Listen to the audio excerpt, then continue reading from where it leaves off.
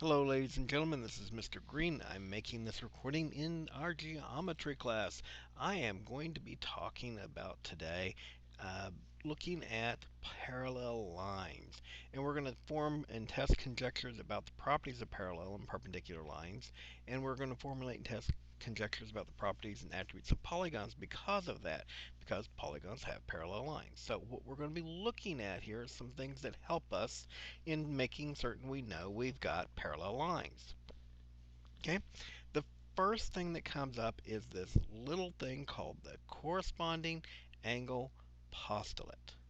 Now, remember what a postulate is. It's something that's done without a proof. There is no proof of this one, okay? It says if two lines are parallel and they are intersected by a transversal, then the corresponding angles are congruent. Now, what does this mean? That means I've got two lines that are parallel. See how those lines are marked with these little red arrows? They're saying that M and N are parallel lines here. What is a transversal? This line that cuts across them is called a transversal. Now, corresponding angles. Corresponding angles are very specific. Look at angles number 1 and 5.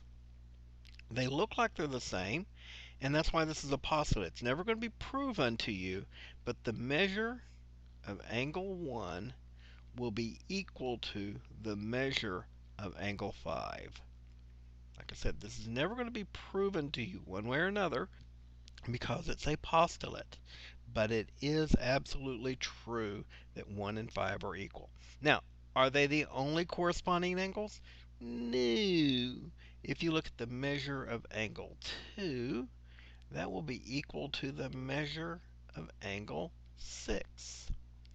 And the measure of angle 3 will be equal to the measure of angle 7. And the measure of angle 4 will be equal to the measure of angle 8. Now I want you to see which ones I'm talking about. There's an angle here that is on the outside of the parallel lines and an angle here that's on the inside of the parallel lines. It's difficult for me to identify them other than saying that they're corresponding angles. They correspond. They're on the same side of the transversal, and they are in relatively the same positions according to the parallel lines that they're by. That's why they say they're corresponding angles. Look at 1 and 5. This one's outside, this one's inside. Okay? These are considered corresponding angles. Okay? Now there's not any way for me to describe this to you other than telling you you're going to have to memorize what is a corresponding angle and what's not a corresponding angle. Okay? It's just difficult for it to be described very logically. Okay? Without using tons and tons of words. And so I'm just going to point it out to you. I'm trying to show you by inductive reasoning. Oh, wow. Bringing up terms that we have learned about. That 7 and 3 here would be corresponding angles. Okay? If I say it enough times, maybe it'll start to sink in what a corresponding angle is.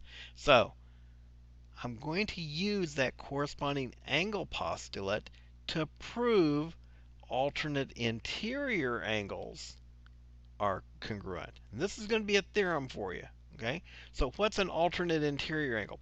Well, look at the parallel lines. M and N are parallel. Alternate. Alternate meaning they are on opposite sides of the transversal. Alternate sides. So 3 and 6 are on alternate sides, and they're both interior inside of the parallel lines. There's another pair of these. If you say angles 4 and it's congruent to angle 5, those would be alternate interior angles, and they would be congruent as well. Another pair, alternate exterior angles. Okay, well this is getting to be a little bit easier. Alternate exteriors, alternating sides of the transversal, exterior outside of the parallel lines. So 1 and 8 would be alternate exterior angles, and 2 would be congruent to 7. Why? Because they would be alternate exterior angles. Okay? How about this one? Same side. Well, that tells me they're on the same side of the transversal. Interior angles. Well, they're here, 4 and 6. Oh, Mr. Green, those don't look like they're congruent. They're not. They're supplementary of each other. So let's look at another pair here. 3 is supplementary.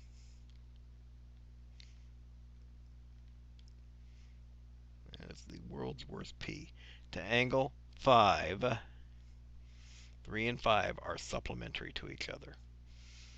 Okay, I can buy that a little bit. Okay? Now, the proofs for each one of these, for the alternate interior angles, the alternate exterior angles, and the same side interior angles, are all in the lessons. So look for those proofs in there because they do prove them for you. Okay? So here's the trick. Identifying some alternate interior angles. They give you very complicated drawings. I want you to notice, see the arrows? They're telling you what lines are parallel to each other.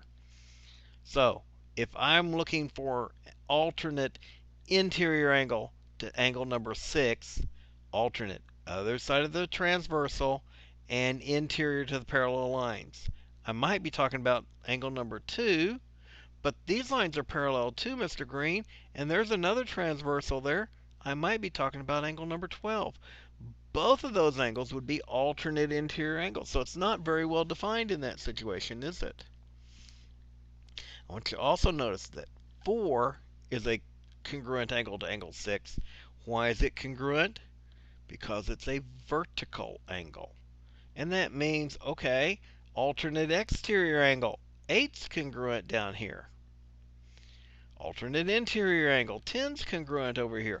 16's congruent. That's a vertical angle.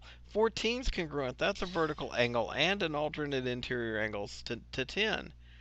We found half of the angles here in this confusing diagram very, very simply.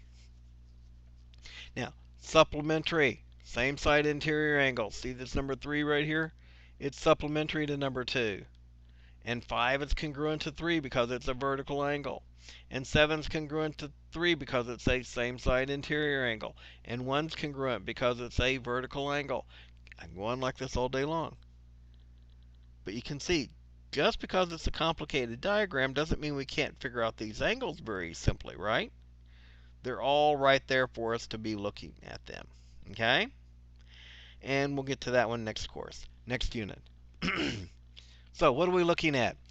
If you're sending me any type of information, especially about these parallel lines and transversals and stuff, and you're sending it K-mail, make certain you include the course and section number.